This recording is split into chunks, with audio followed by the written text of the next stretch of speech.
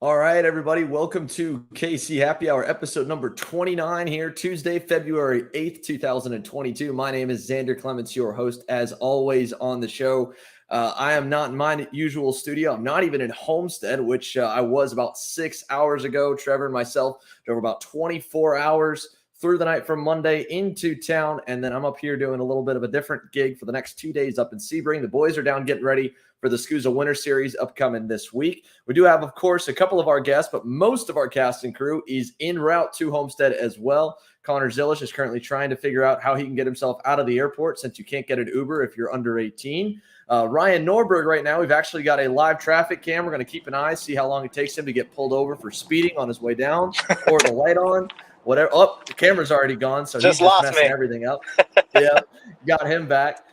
We've also got a couple special guests here joining us tonight to make up for the fact that our drivers are out. They're going to be doing some picks on the drivers. First of all, Artie Carpenter joins the show again, and Artie helped us preview the opening round of the SKUSA Winter Series.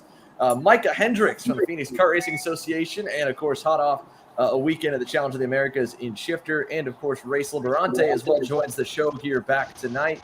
Race, Micah, Artie, thank you guys for joining in so much. We appreciate all three of you. And Race, again, nice stash, definitely looking very nice over there, Mr. Policeman. So as we move on, we do have a little bit of news we're going to dive into, and then we're going to have these guys kind of help us break down what we've got coming up. There's a lot coming onto the show tonight.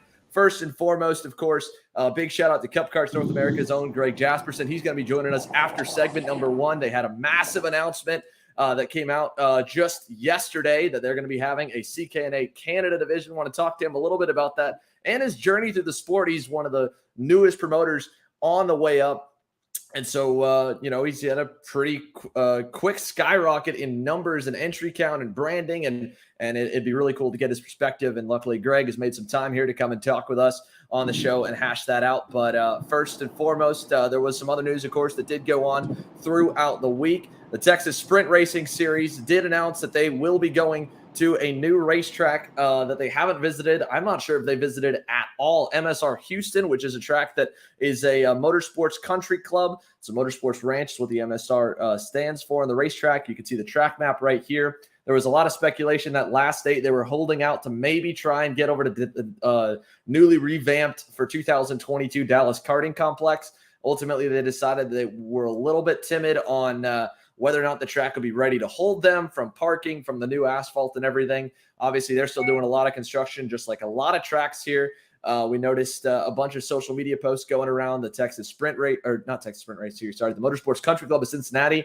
We'd mentioned them a few shows back. They've finally gotten some snow off the racetrack where they could do a little bit of curbing work over the last few weeks, and then snow came back in. So they've still got work that they're doing. And, of course, they've got the Trinity Karting Group race team based there that they're headed south for the SKUSA Winter Series here this week. So they're doing a lot of track construction. GoPro Motorplex has been running an alternate layout up in North Carolina. They even got some snow during the snow over the last 2 weeks. But they've been doing a lot of really just patchwork on the grass around the outside runoff and some of the sections of the racetrack that normally had drivers kind of get knocked off to the side of, or if you dropped a wheel, especially in a rental cart, it became really, really gnarly divots. So they've been doing a lot of work. Of course, that track has already hosted numerous marquee events. They've got their Crown Jewel event, the IAME Grand National Championship back in October set for this year, and then a U.S. Pro Kart Series and a Stars Championship Series event later as the year goes on. So they were doing some construction work over there. But that's just a little bit of the news. There was obviously the CKNA South event that went on over at the Monticello Motor Club in northern Florida over the weekend. There's, of course, KC Happy Hour star Brandon Jarsacrack. He picked up a checkered flag, couple top 5 finishes. They had some timing and scoring issues. So if you look on Race Monitor, it looked like it was only Sunday that it happened, but they were racing on Saturday as well. A little bit cold. And a little bit rainy. Like John Seglem with Precision Performance Karting came on the show last week, talked about how as soon as you kind of get up to Central Florida, really north of that West Palm Beach area, and you get up to Daytona, to Orlando, and above, and even Tampa, it's like a 20-degree drop. So where it's 80 degrees where I was just a few hours ago down in Miami, it's down to probably about 60 degrees here in Sebring, and that's not even all the way up to really central Florida. So they were up in the northern panhandle with Monticello. They had a little bit of rain. It was like 50 degrees. It was nasty, but they still had a pretty good turnout all in all. and your usual contenders across the state coming out there. So we're going to talk with Greg Jasperson with CKNA a little bit about that event, a lot of his ventures and stuff as we come on. Of course, the main thing we want to talk about, the main reason we got some of our guests that we have right now, which we've got Ryan's police cam back. Race is just keeping an eye on him, making sure that his speed is not going too fast right now. So he looks okay. We're keeping the focus I promise on. I'm under the speed limit. Yeah, we hope so. We've got the SKUSA Winter Series coming up here this week. Of course, the big change that these guys are going back the other direction. We knew that, of course, coming into this. This has been the format that they've gone. They've just kind of flipped which month goes which direction the last couple seasons to at least change a little bit up. And the entry list, I think overall is at least going to total around the same for the maximum number of entries at the event, somewhere probably around the 220, 230 number. It might be even a little bit higher when things are said and done, just because, and we talked about it a little bit on last week's show too, that for a lot of the teams that may have sat out the opening weekend and didn't come down to Florida, they came down with their rigs for the Rock Race in Pompano Beach the next week. And then this is kind of the final race weekend that you could run a KZ motor on a high grip racetrack before the SKUSA Pro Tour kicks off in New Orleans, where that's where the prize money comes back in. That's where a lot of the big teams' regular season shifter program focuses on the national scene. So you're getting a few more big names coming in. Jake French is not running, but AJ Myers and Danny Formal out of the big three are going to be there. David Greco is on the entry list as well. And then the X30 senior class was 38 or 39 entries at the entry cutoff last night at midnight. So that's another full grid as well. And that's what we want to get into. That's why we got all these guys in here. So we're obviously Ryan is making his return. He's back on the entry list. So his view going to be very similar to the one that he's got right now behind the wheel, which means he's excluded at least a little bit from making some picks on the weekend. Obviously, he'd want to bet on himself. So we're going to go around the room. They've seen the entry list. They've talked about it. Ray, since you've been on the show the most out of you three, I wanted to have you get on here first. Well, obviously, we want you guys to rank the top three drivers in order that you think are going to have the best weekend, best chance at winning. And then we know what the points are coming in right now before the drops. Mateus Morgado has over a 100-point lead, but it's 3 out of 4 rounds. So really with only 2 rounds done, that means they could drop 1 and that point total goes in half. And it's still kind of open on the championship for really the top 5 or 6. So Race, who you got going into this weekend? Haven't seen the entry list. Ryan's on it. Marian Kremers makes his first SKUSA start of the year in X30. What do you got? Man, there's a deep talent pool of drivers in this one. Even the first race there's a lot, but now you're seeing guys like obviously Ryan's coming back, so he's for sure going to be a contender for the win like he always is. I still think DeTulio, man, he's the guy. I mean, I wasn't wrong when I picked him last time. He was the guy. I mean, granted, he had whatever happened in tech happened, but he came back and backed it up. So, he's good. That guy on the TB cart shocked, I think, a lot of people. No, I didn't really know who he was. I know he's obviously a good driver, so he'll be fast. But I'm gonna pick DeTulio to win, Norberg second, and Morgado. And it's kind of to me, it's between Morgado and Kremers for third. Gotcha. And that's the one other big note I forgot to mention. I mentioned Kremers, Norberg on the entry list for their first starts of the championship of the 2-weekend 4-round series. At the moment, at least off pre-registration, Eduardo Villa, who was like we said, the kind of surprise entry. Talk with Sonny Cervellia with the GFC guys. Obviously, they come out of the same factory as the TV carts. And he's like, man, I knew that guy was going to be really, really good. And Chris Wareheim touched on it a little bit because he's had a lot of success at Adria running for the team. I think he podiumed when he went to Tony Kart for a very short stint in either an FIA or WSK event over in Europe. So super talented guy that just didn't have like a multiple seasons of success where eventually that kind of translates over to the US. But right now he's not on the entry list for rounds 3 and 4, at least at the moment when we check with just minutes to go before the pre-entry count. So there's still slots for him. He could still be in. He might still be a walk-up entry. But yeah, that's the guy that, I don't know, everyone didn't think was coming. Now this weekend could be a really good favorite pick if he ends up in the show. I like DeTulio, though. Obviously, Race, you're right. Cross the checkered flag first both times. So, I mean, that's a good pick to start. Let's yeah. Sorry. Go ahead. No. Go ahead. No. I was going to say to that point of, the guys, the GFC and the new TV product, I mean, they've been killing it too. So I think they've impressed a lot of people with their stuff and what they came out with this year. So, I mean, obviously, if that guy shows up, he's definitely in the running. Yeah. Yeah, no kidding. I mean, their product was good. They had Jake Drew run up front at Supernats. He just came off a dominant weekend over at the Challenge of the Americas and 100cc stuff. So they've had really good stuff, U.S. And abroad with the product. So let's move over here. Our second most experienced guest host here on the show, Artie Carpenter. Artie, you and I have talked even a little bit off the air over the last few weeks about how much you and I love doing fantasy picks for the big races just on our own between our buddies. So I know that you like to keep in tune with the top classes and who runs up front. Who do you got as your top 3 guys coming into this weekend? Artie, as Ryan gets closer to the camera. Watch yourself. Watch So- yourself, man. Do we need to boot Ryan out of here? Can we kick him out so he can speak freely? No, he can stay. He can stay. So my picks are probably going to be a little bit biased, obviously. I think Rai off the couch will probably snag a podium or 2. He is fresh off the couch. He's also been posting on Instagram like he's was a retired go-karter, and he's like, oh, back in the seat. Oh, I forgot how much my ribs hurt. I think he'll be fine. It is Homestead, but it's new Homestead. So for my picks, I'm picking Rai and HG. I think HG, from her form in the last Winter Series race with her consistency, I think she'll be right up there. And it's a toss-up between Morgado and Kremers, because those 2 guys are always right there. I think any of those 4 can get on the podium both days. And you can't forget about Nate Dogg. He'll be coming back with Rai and HG, so we'll see.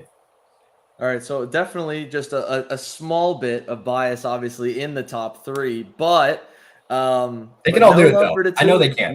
No, they. I mean, the results were there last year, right? I mean, they were close, and even by the end of the both days, Hannah got into the top 5 and was fighting towards the edge of the podium. Got a podium off of DeTulio's DQ on Saturday. But you don't have DeTulio up there. You have all 4 of those guys out running the Paralyn, huh? I don't know. I feel like with Ryan coming back, it'll be a lot more cohesive group, and I feel like they'll be okay. They can defeat him. Let's see it. Well, Micah Hendricks here. Micah, we'll give you your first chance to talk here on the show. We got a lot more we're going to talk with you about, of course, but a West Coast guy, so you weren't here in person. You haven't, but you've been in the seat. You follow the stuff a good bit. You know a lot of the names on the entry list, having just kind of caught up on everything from the opening weekend. Who do you got as your top 3 coming into this one? I think that Hannah, she's always got a good shot to win, so I think I got her winning on Saturday. DeTulio following up in a P2. He was really dominant in that first weekend. Then I got Ryan in 3rd for the Saturday event. Then I did a Sunday event. I didn't know we were supposed to do just one, but I did a Sunday. No, so it was good. I got Ryan winning on Sunday, Fletcher in 2nd, and DeTulio in 3rd. I think that's probably the most underrated pick right there, because Fletcher wasn't noise on the main event sheet, but he topped 3 out of the 4 practices that he did run all day Friday at the opening round. Was super quick. The only one he didn't top that he ran in was the first practice session, which I think he was still top 5 and everyone was just kind of getting their bearings. He didn't go out for the final practice session because it was wet, didn't want to trash the equipment, felt they'd be good in qualifying. Qualified decent, and both days kind of got into trouble. One day, I think, with a mechanical failure. The other day got in a wreck, and then once you're back in the midfield, it's kind of a toss-up. But that's another name, too, that we can't forget. We can't count out rookie like him. And Carson Morgan was really, really good. Both the Morgan brothers were really, really good in KA. And they were close in X30, so I could see either one of them being a sleeper there. They're both on the entry list again. And there's, Diego Ramos was really, really close both days. And Thomas Nevo, we got to give him a little bit of love because he's been so consistent. He still has a really good shot at the championship. It's 6 points between himself, Greenemeyer, and where Eduardo Villa currently lands right now without drops, and only about 10 up the road to Ramos. And if you take away one of Morgado's days and these other guys have a good day and he ends up in 5th, it could blow right open. So that could change a little bit. But, then there's still other names, of course. We got Louis Westover, who was kind of inside the top 10, said he needed a little bit more. That's a super talented driver, helping with the Solo Kart USA development. We go down the entry list. There's other guys like Artie said that could come around in the case of like Nate Cicero, who struggled a bit. Greenemeyer, who got there at the end. We've seen good runs out of, obviously, Paulie Massimino. Paul Bocuse, I thought, was impressive. I mean, he was right up there with right next behind Hannah most of the weekend, just around 6th to 12th in that kind of melee. And looking through the list, I don't know, there could be one or two others. The other one that I think could be a big-time sleeper was the only other race winner in the field besides Ryan from last year's Aaron Benoit is back. And for whatever reason, he didn't end up running on Sunday. And I don't know what the issue was back at rounds 1 and 2. But he's back on the entry list here for round number 3 and 4. Hopefully we'll get to talk to him a little bit this week and see what's going on. We see him kind of he ran a partial schedule, kind of in and out in 2021. Came back for Super Nats, ran decent. I think he ended up making the main safely. But he's a Florida kid. He runs really good down there. Let's switch over though. It'll be a little bit easier because the shifter class is, again, it's light, but it's still in terms of depth. But we still have a couple big names at the front, and of course 2 of the biggest names in shifter racing going at it. So I want to hear, because it's always a good debate when you got to go left or right, or maybe somewhere way out in left field. So Race, going over to you as the most I can't say most recent because Mike was just in the shifter race just 2 weeks ago, but one of the most recent shifter guys here. We'll go back to you top of the order. Shifter, who do you got coming out on top with AJ, Danny in the field? Greco was quick in Pompano, was pretty close to him. And maybe if Billy can get something going here, because he's obviously got a month of data that those guys didn't have by running last month. Yeah, I think you're going to actually see a fight between AJ, Danny, and Billy. I have AJ winning just because the dude's been on it for the last 2 or 3 years. He's always on it, so he's a pretty easy pick. Their program and engine program and everything is going well, so I think they'll be dominant. And I think you're going to see a fight for second between Billy and AJ, and I have Billy in second, or I'm sorry, Billy and Danny. I have Billy in second just because he's got some of that data, and I think he'll put a fight up with AJ and Danny in third. Okay, all right. Oh, and shout out to Annie Rule. She's going to surprise everybody this weekend. Yeah. Well, she was running good. She was running really, really good. If we go back and got pile drived on the second day out of, I think, got a second. Yeah, so, she was holding Billy off pretty good. We were all pretty stoked watching it. Yeah, she was doing a heck of a job. Artie, over to you, buddy. You don't have any RPG guys in the field, so no biased opinion this time. Who are we picking for shifter? I'm pretty similar to Race. Like, I think out of those 3, especially at Homestead, I think AJ will probably top him. But every year we've been there, that I've seen Billy at Homestead, he's always been, right at the front battling. So I'd say probably going to go AJ, Danny, Billy, but it'll be close, just like Race was thinking. All right. Micah, what do you got? I think I got Formal taking the win over Myers, and then Billy in third. So, because just Formal always has that little bit of edge, especially on these kind of hybrid temporary, not temporary circuits. He's always just so fast there. So I got Formal taking the win on both days. Gotcha. And again, we talk AJ being a Florida guy who was really quick around there. He was really quick there at the debut of the 175 a couple of years ago when they had himself there. They had Billy there. They had a bunch of big names and I think almost a 20-car combined field between Pro 1 and Pro 2. But Danny lived in, Miami and grew up racing in Florida too. So he's just as much, probably, if anything, might have even a little bit more laps there in the last few years than AJ would. I think that for sure, actually. With the do I get picks here? Program. Oh yeah, that's right, Ryan. You're still on the call here. Ryan, why don't you hop on in? Who do you got for shifter?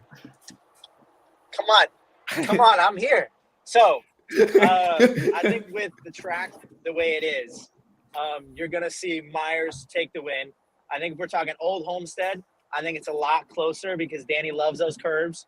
And I just drove the new Homestead, and you cannot use the curbs at all, even if you're Danny. So I think AJ is going to have the advantage. It's a lot more of like a point shooty kind of racetrack. And I think that kind of suits the Magic Cart a little better than Danny. But I think it's going to be AJ and Danny, I think, the whole week. And then I think you'll probably have Greco in third. I think Musgrave is pretty quick, but he hasn't really showed his speed that much recently. So I would go with Greco because Greco's pretty good there.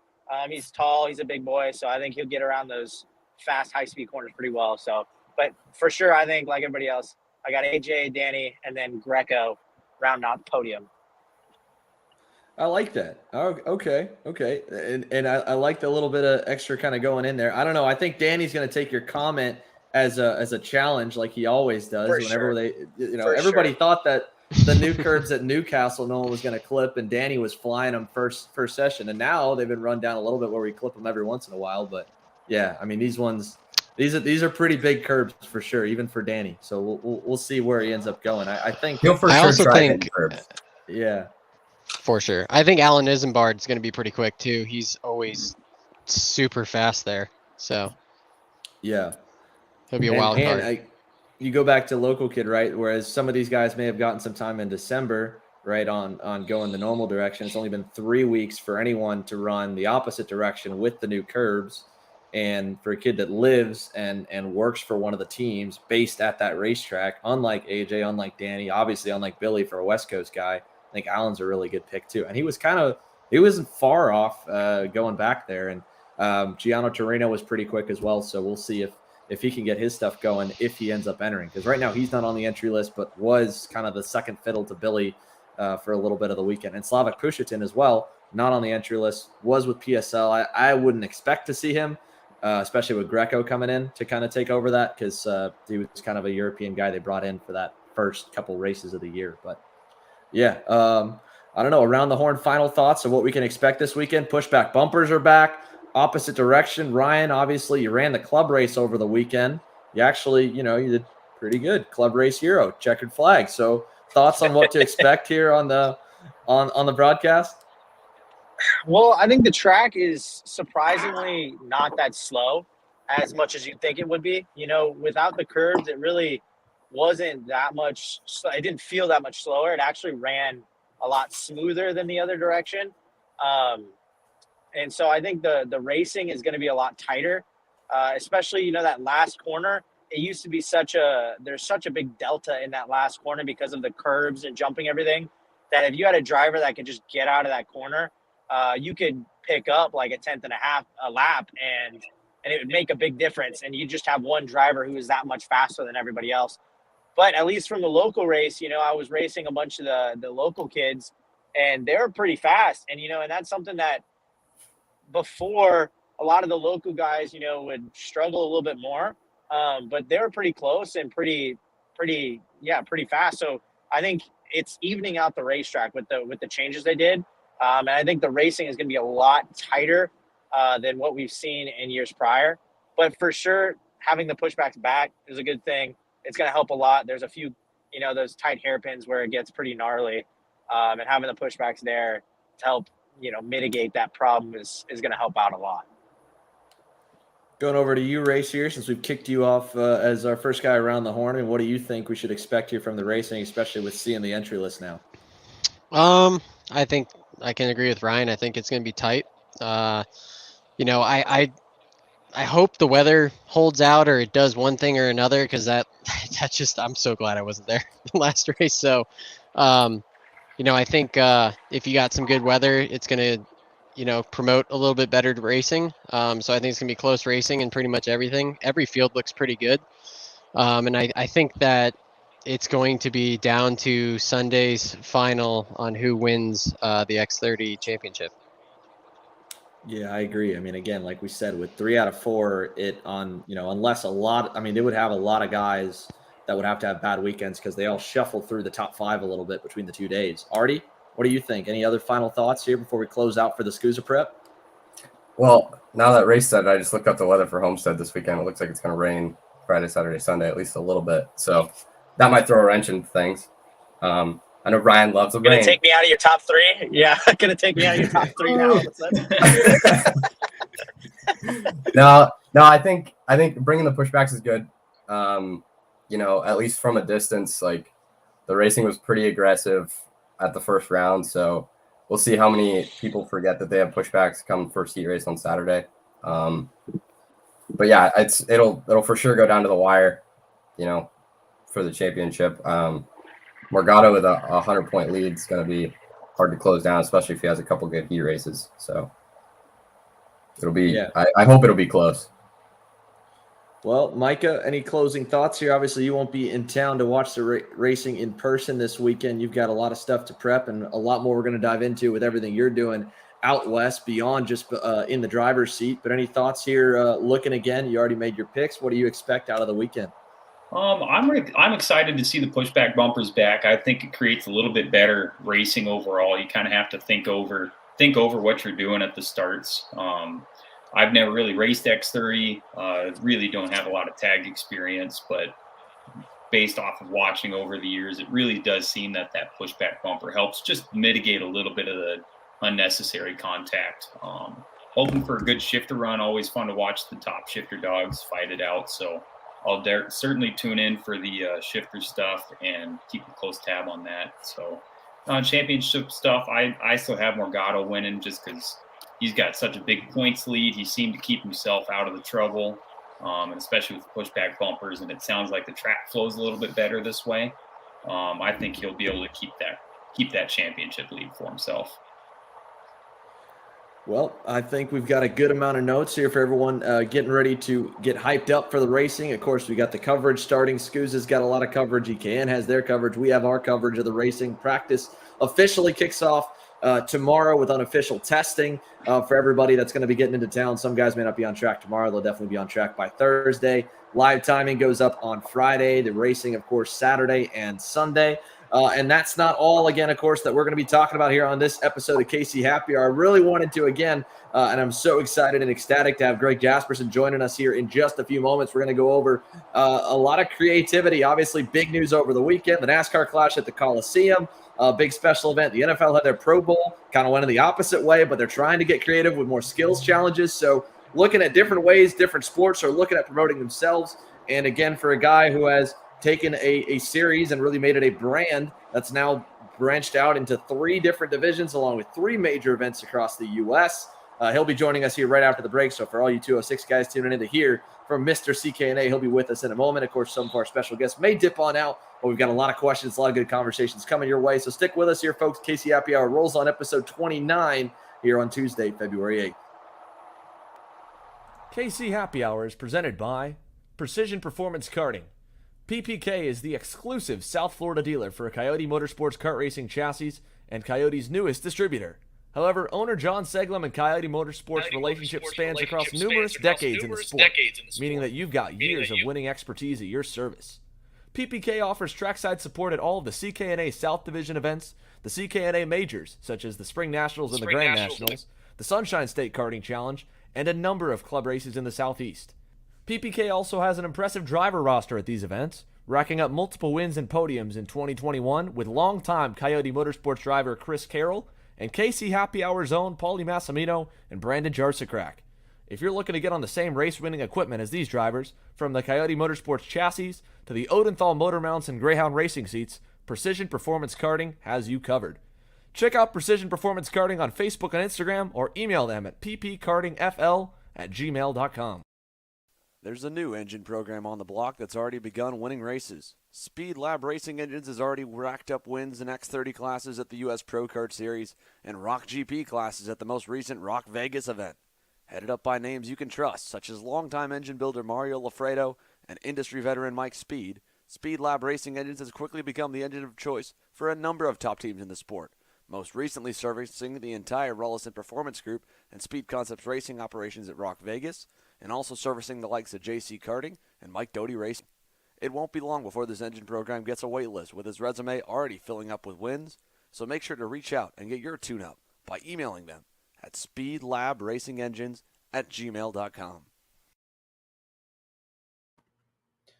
So, everybody, welcome back here after the break. And, of course, we want to give a big and heartfelt welcome here to Mr. Cup Karts North America, Greg Jasperson. Greg, thank you so much for joining us here on the show, buddy. Obviously, you're really busy, so I appreciate the time because you've got a lot you're juggling and just added something more here just officially a day ago.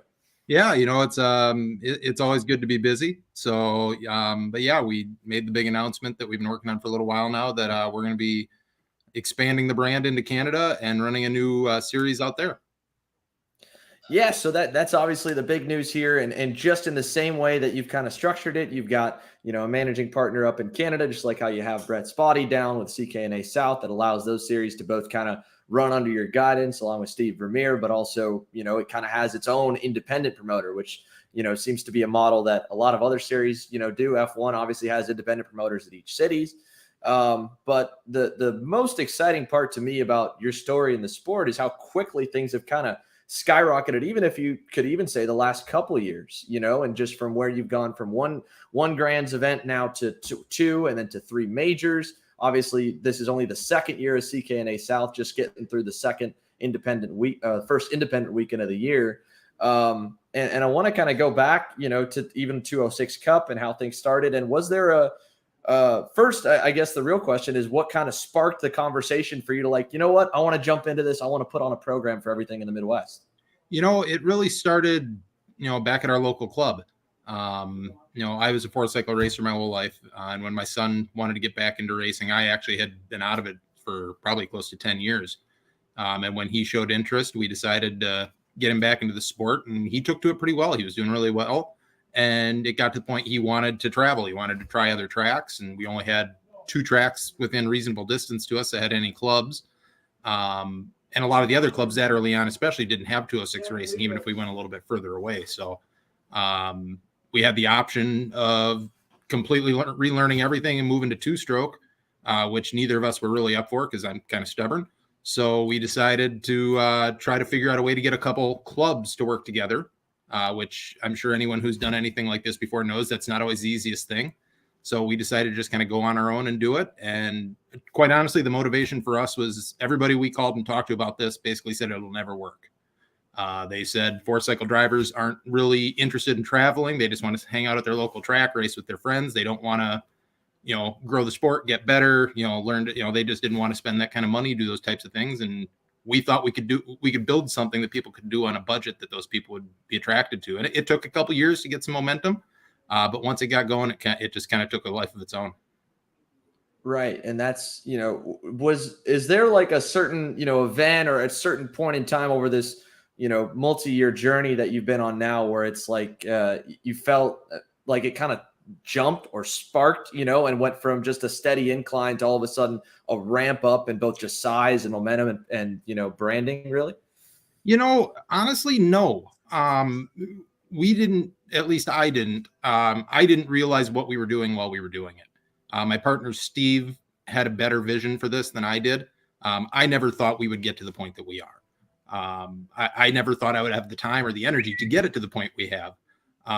He had a bigger plan for it, and he always loves to hear me say this, but he was right. It really just kind of took on a life of its own. And honestly, the biggest thing has been the racers. We've spent next to no money on marketing this thing. It's all been word of mouth. It's all been our racers telling their fellow racers at their clubs and that they know online just about how good of a time that they have at our events. So it was really, it was organic. It really was. Right. And, you kind of, got even creative, even on the smaller events when you were, coming up of different ways to make the events fun in a different way, and I think that's always good when we get new perspectives and new blood that comes into the sport. I know, I think it was maybe 2 or 3 years ago, right, when you had the fair come in at Newcastle when you got voting, if I'm not mistaken, it was out in the parking lot, right? And how that deal kind of come together, and was that something that was a brainchild? Was the fair wanting to come to town, or does it normally, come around the Newcastle area, or was it like, no, I think this would be cool? Well, sometimes the stars align and we get lucky. And I'll give Mike Adams from Newcastle all the credit in the world for that one. That was a contact of his that timing just worked out great. Because of the pandemic and everything that was going on at that time, those guys were available. And one thing that group of, carnival workers does every year, they have to get their equipment certified before they go on the road. So they have to set up their entire program and get it 100% operational for the state to come in and certify them to go then and do their jobs. So the timing worked out great where we said, well, hey, why don't you guys just come and do your testing in the parking lot, get your certification, just leave the equipment here for a couple days and we'll bring in a whole bunch of people. And the timing worked out great. Typically they weren't available. But because of the virus, they had a certain amount of time that they weren't allowed to do that type of stuff. And the timing worked out where one of the first days they were allowed to hold a carnival was that day, and they hadn't booked anything because no one was ready for them yet.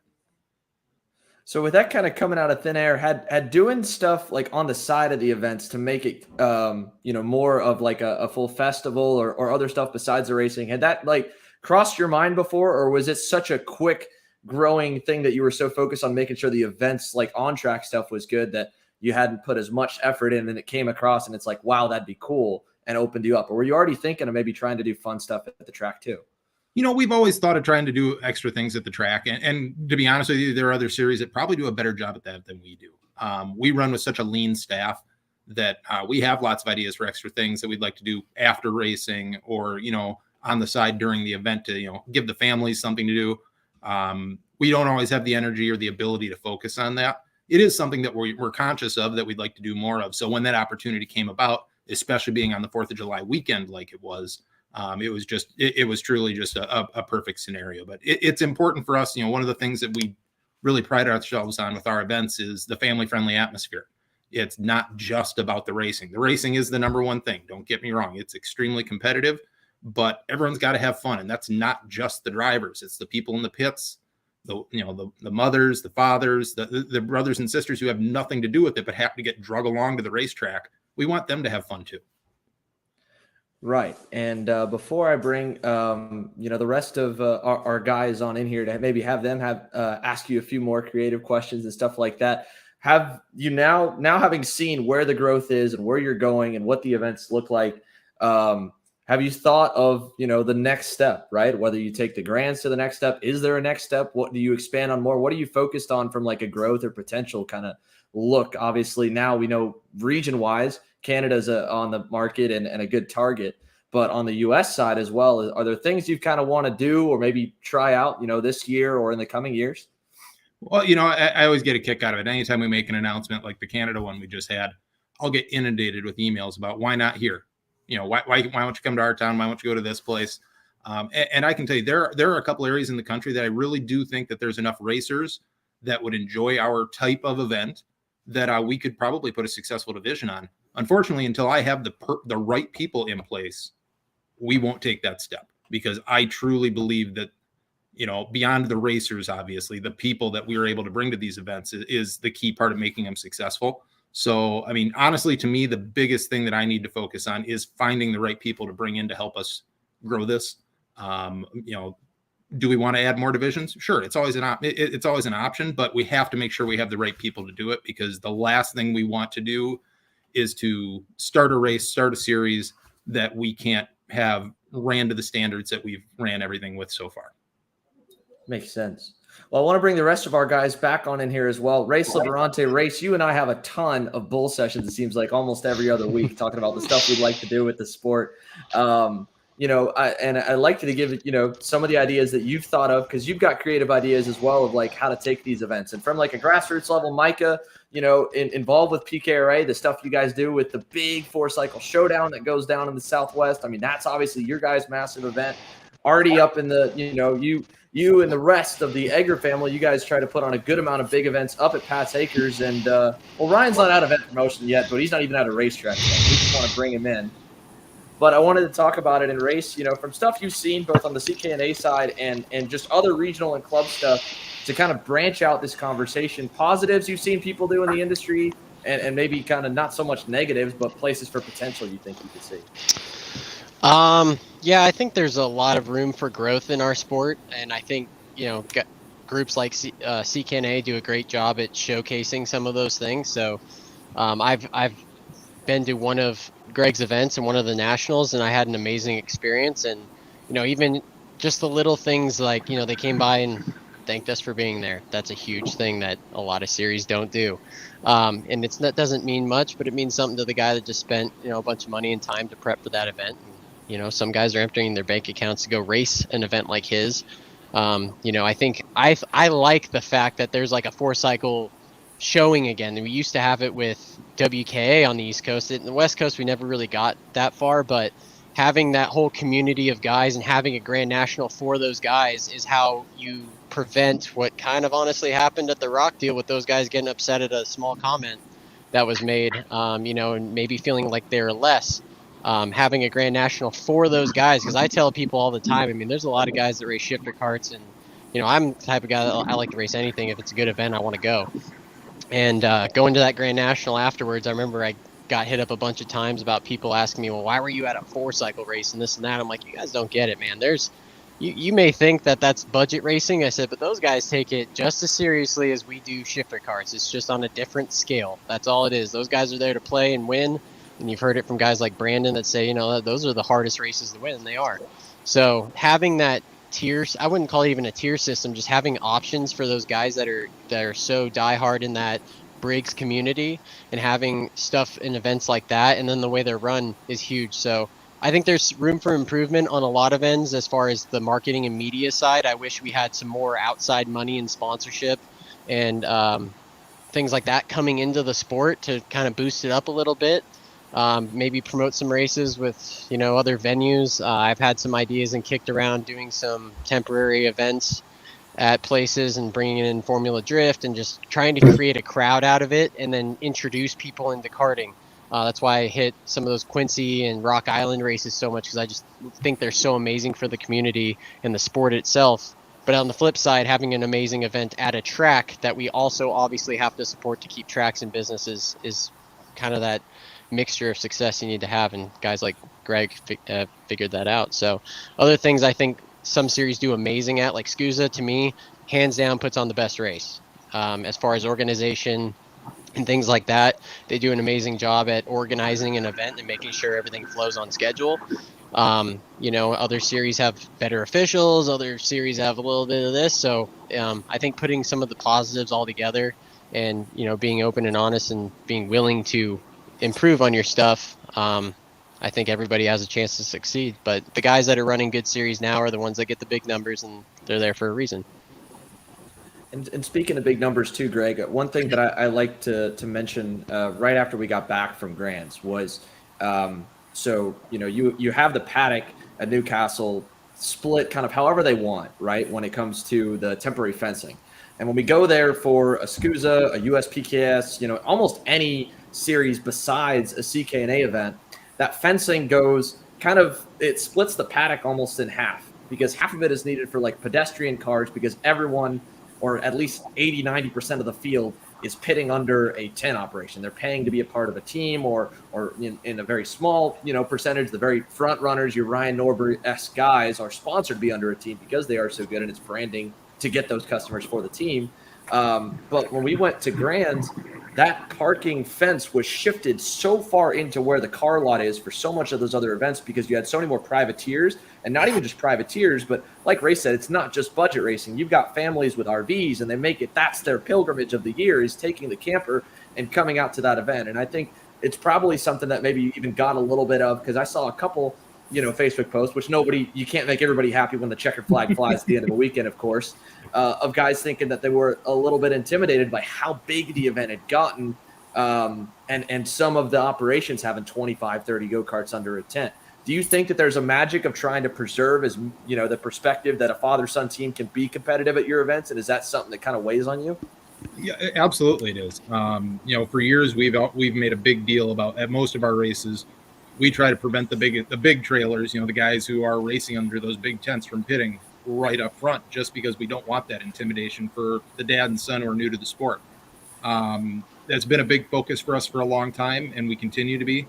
If I ever show up to one of our races that we don't have somebody racing out of the back of their pickup truck, I'm going to be really nervous, because we do have a lot of those families that come, mom, dad, and their son or daughter in the car, go-kart hanging out the back with the trunk strapped down.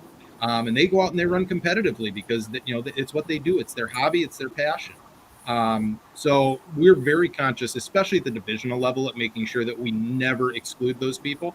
Unfortunately, as the Grand Nationals have gotten bigger and you have that enormous footprint there are some things that we're not going to be able to keep that intimidation down on. I mean, if we're going to have, we had over 400 last year. We're hoping, now that the Canadian border is open, there's a good chance we'll get close to 500 this year. Unfortunately, I can't make that footprint at Newcastle look any smaller than it will be. But we will always be able to accommodate those people to make sure that they are on a level playing field and have every opportunity to win that the other guys do. Awesome. Well, we do have one more commercial break. We're going to bring everybody back here for just a little bit more. And, of course, we've already got some great questions coming in from all of you guys watching along online. So stick with us, folks. After this final commercial break, all the questions you've sent in for Greg, for Race, for Micah, for Artie, and if there's any for Ryan, besides the fact he can't grow a mustache as good as Race, feel free to send those in, too, because he's always on the show. No, at the moment, it doesn't look like he's been pulled over, so that's good. And, again, we'll come right back here right after the commercial break. Stick with us, guys. KC Happy Hour rolls on. Kart Store USA is a kart parts supplier that racers and retailers can count on when they need reliable advice and service. We focus on servicing all racers with honesty and pride while maintaining customer satisfaction.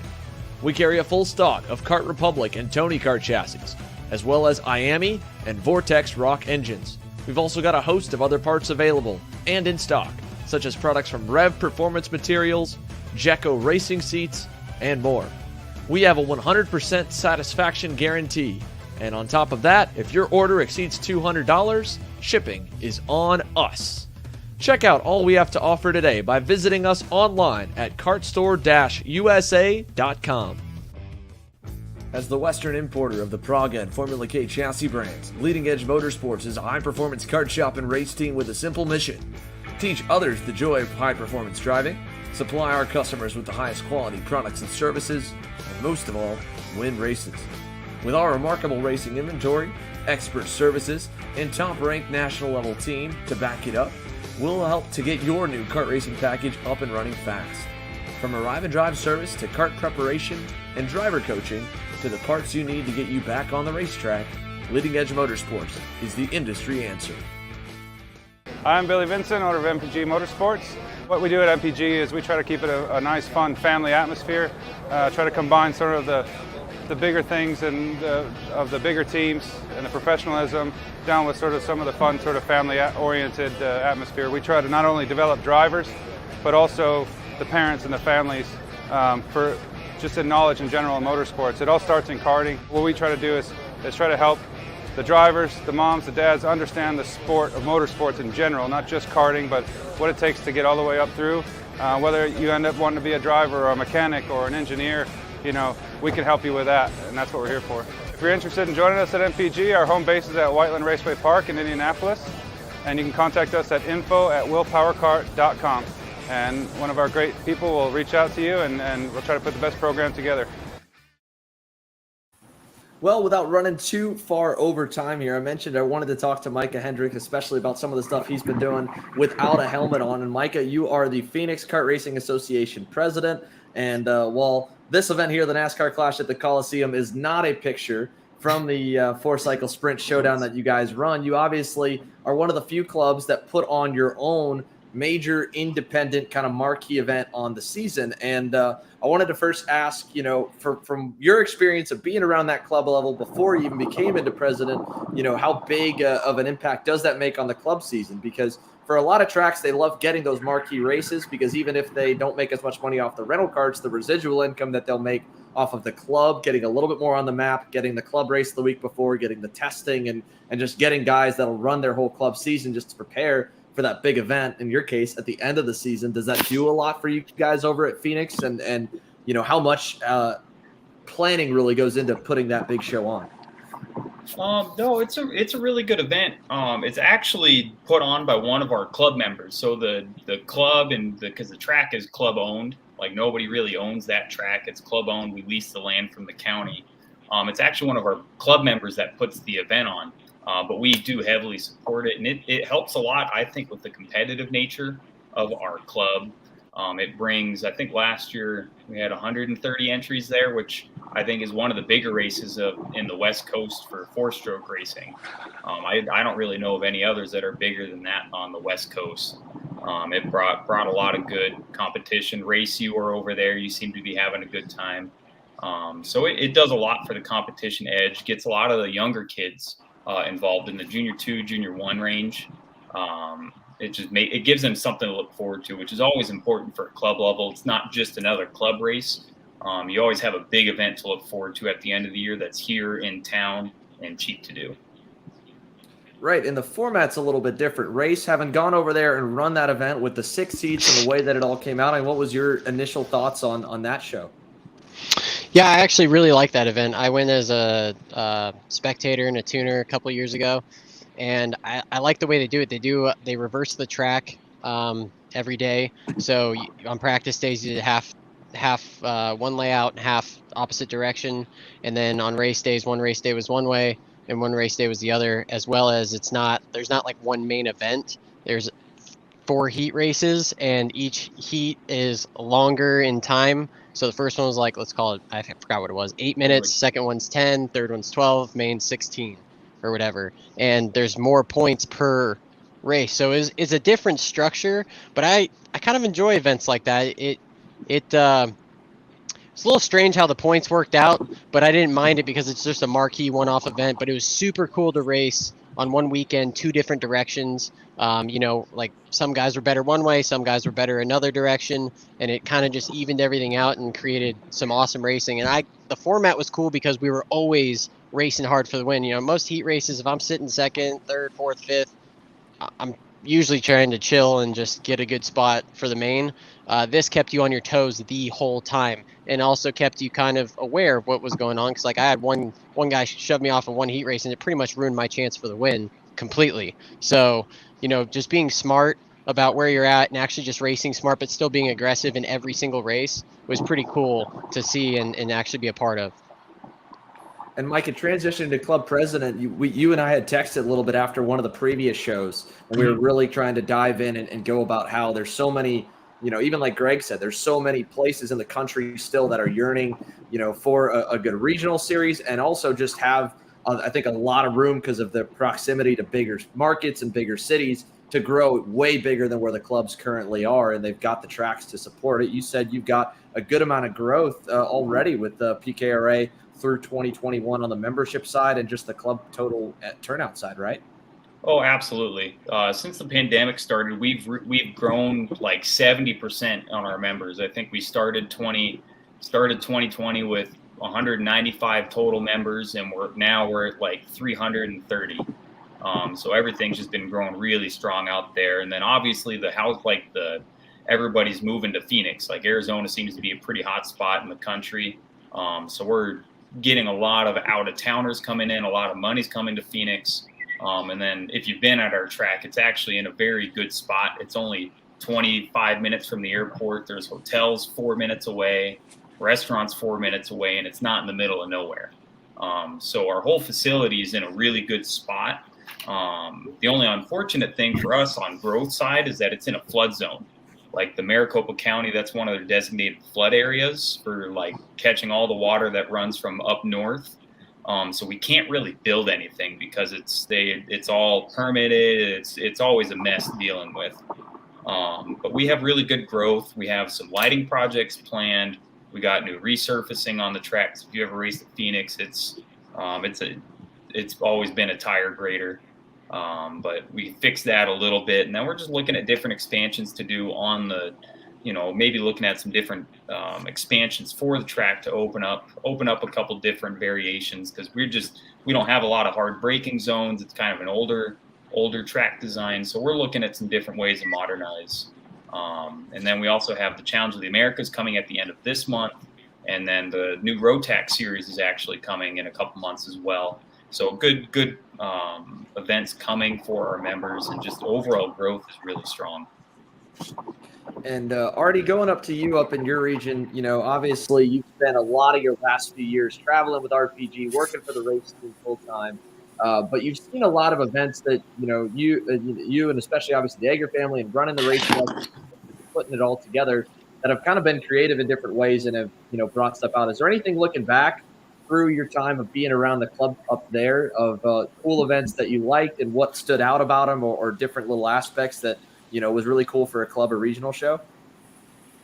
I think this past year I went to a race of my old home track at Tri-Cities, the Saturday night shootout.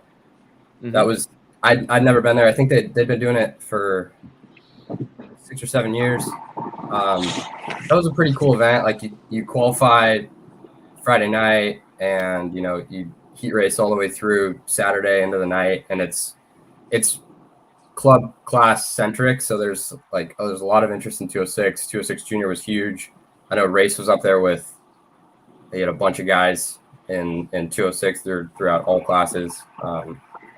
Yeah, I think that one probably stands out the most. We used to have some pretty intense 206 racing at Pat's Acres.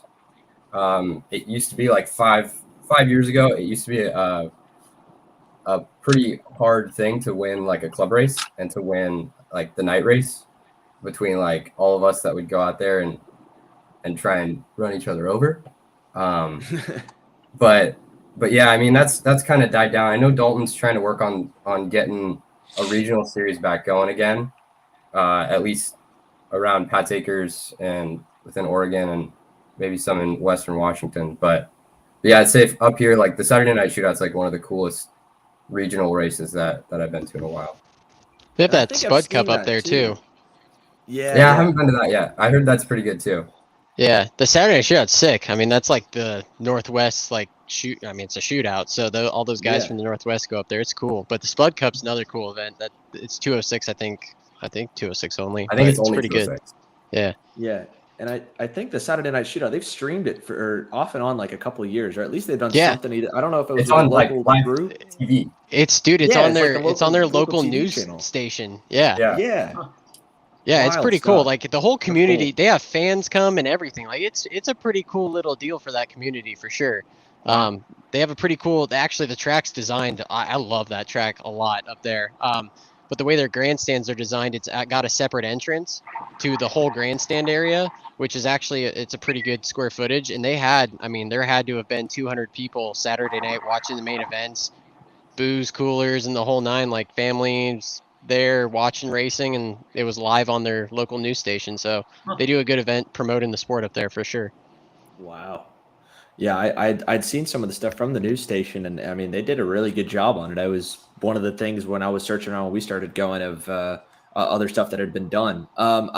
As we get closer here to the end, we did get a lot of questions here, especially of course for our superstar on the show, Greg. Greg, first of all, this one's from Jerry Fandry. He wants to know what's been your favorite venue looking back to host a Cup Karts race, and if you could go back on the history and not make anyone upset or hurt any feelings, I don't know.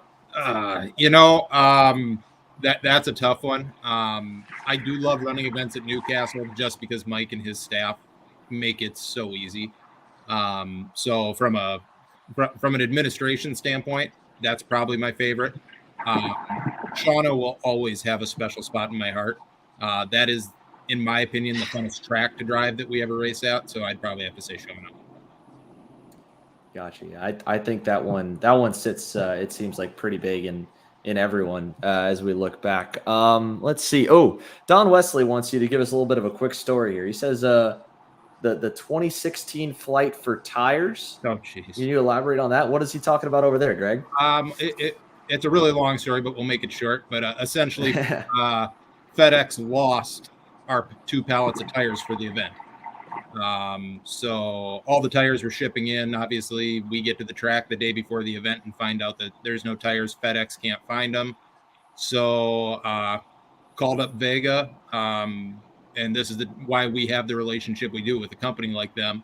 I jumped on a plane down to Florida. They met me at the airport with a box truck full of tires, and we basically paid for 22 or 23 checked bags, each one being a case of tires, that I brought back with me and got back in time for Friday morning practice. Everyone had tires for the weekend. Wow. That's nuts. 23 checked bags. Here's a good one for the whole room here. And Ryan, since I haven't given you the chance to talk, I'll give you the one to kind of kick this one back off. So this from Team Surgery on YouTube. He says, do you think USPKS or SKUSA will ever do a street race like Rock Island? And Ryan, you run in the circles. You're obviously back down there this weekend. You were there last weekend. What do you think on street racing? Should it be a part of it? And do you think they'd ever consider it again? Well, I think USPKS and SKUSA are both kind of fighting to be the top series in the nation, the marquee series in the U.S. For the two-stroke stuff. And so I think they're both trying to just put on the best series possible. And I don't think you'll see SKUSA doing any street stuff. You know, they obviously have the Lancaster race and Vegas, as much as that's a street race. So I don't really think SKUSA will step out into it. They did a while ago with, it was Lancaster, wherever it was, Modesto, where they had which such was a the next bad, comment that came in. it turned out so poorly. So I don't think you'll see SKUSA doing it. And USPKS is a different series altogether because they really prioritize their teams and the people they're supporting and the tracks that they're supporting. Like you go to Orlando is the one. They're really supporting their local, you know, they want that local population to come out.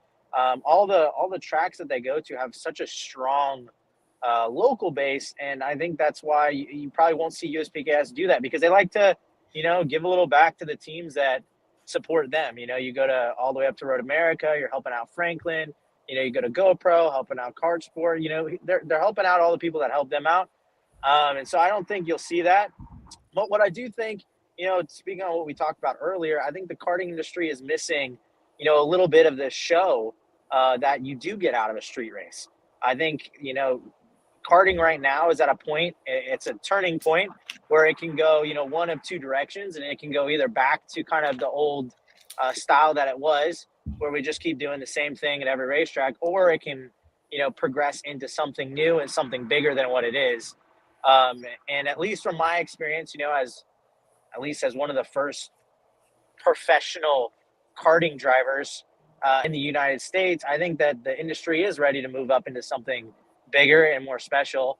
And I think, you know, if somebody can figure out how to prioritize a show and get into promoting a show series instead of, you know, a regular series, I think we'll definitely see a lot more growth within the sport and, you know, growth of the karting brand across the world, I think. I think that's a heck of an answer there, Race. I mean, you were you tuning at Modesto when that whole deal went on? Were you down there for that one?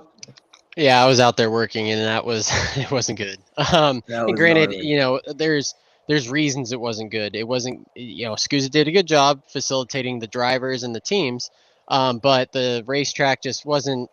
It's just, I don't think a street race is up to that caliber of competition yet. Like, I think there's a lot of safety things that maybe weren't in play because a lot of guys ended up taking the meat wagon that weekend, and a lot of red flags and just too tight of a race. But to Ryan's point, I completely agree. I think, you know, I do like that these pro tours and the USPKS go to tracks because, you know, really it needs to support the track that it's going to. There's a lot of revenue that's drummed up because the big events are coming, whether it's testing time on those facilities, local races the weekend before. So all those things are still very important to the community that we currently have. I do agree with Ryan. If somebody came in or had the ability to, I don't even think you need a series to street race. I just think one-off big marquee events that are designed as shows are the ticket for the growth of this sport. So finding that good mix between supporting the tracks that we already have in place and the people that have invested that money into this sport, as well as doing things outside of the box and outside of what we're used to promote the sport to new, fresh blood that could potentially come into the sport and grow the industry as a whole, is also super important. And piggybacking off that here, the last question that we'll be able to take before we hit a bit of our time limit and let all these busy guys that we've got on the mic here go. This one comes back over to you here, Greg. It kind of goes right on that same note, asking if you, as you look at CKNA, in your case, you've got 3 major events that could be points paying, but they're not. They're all individual one-offs. Do you ever see yourself putting on a street race or even just a temporary circuit in a parking lot or something like that? You know, it has been on the radar. Unfortunately, I know a lot of the people that put Rock Island on. I've been involved and helped them out a few times, and I know the absolute monstrosity it is to plan that event. And that's one that they do the same way pretty much every year. And the amount of people it takes, the amount of planning, and the amount of energy, it's daunting. So I from a previous life, I do have a former really good friend of mine that I race with occasionally, that also has a very soft spot for that event in particular, that he and I talk about it about once a year. Where we could host one, where we could do it. So I won't say no, never, but I'm going to have to find a lot more really qualified, good help to pull that off.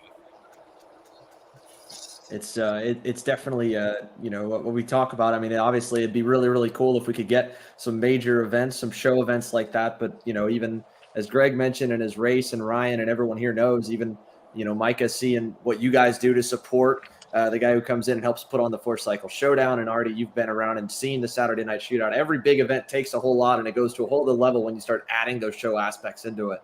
And I don't know if there's exactly the answer. I think I agree with Ryan and Race that both what the series, some of the series are currently doing is good. Obviously, what Greg's doing has been phenomenal. There's a reason why the growth is there too. How we figure out the sport to get to that point is just you know, getting from A to B. But could it get there? I think our on-track product 206 up to Shifter rivals that of any other car racing series out there when you get enough good guys and good equipment. And I think that's a heck of a way for us to end tonight's show on. So a huge thank you to all of our guests here down this side of me, Greg, Artie, Race, Micah, and of course our regular cast member Ryan. Guys, we're going to go ahead and sign off on that note. We will see all of you guys here on the flip side. Remember, the Kart Chaser coverage begins. We've got nearly 5 weeks straight of events between SKUSA, Rock, USPKS, and Rock again, and then we go to SKUSA with NOLA. There's a bunch more racing going on. We're doing some other tandem projects that'll be really exciting. I've got one really exciting Briggs 206 project I'm super stoked about that we're going to do near the end of the month in our gap week of these 4. So all that coverage is coming your way. The happy hour show, obviously, we'll get to debrief after everything that went on the racetrack this weekend, get some of the winners and championship winners on the show. So thanks again for you guys tuning in, and we will see you guys next time.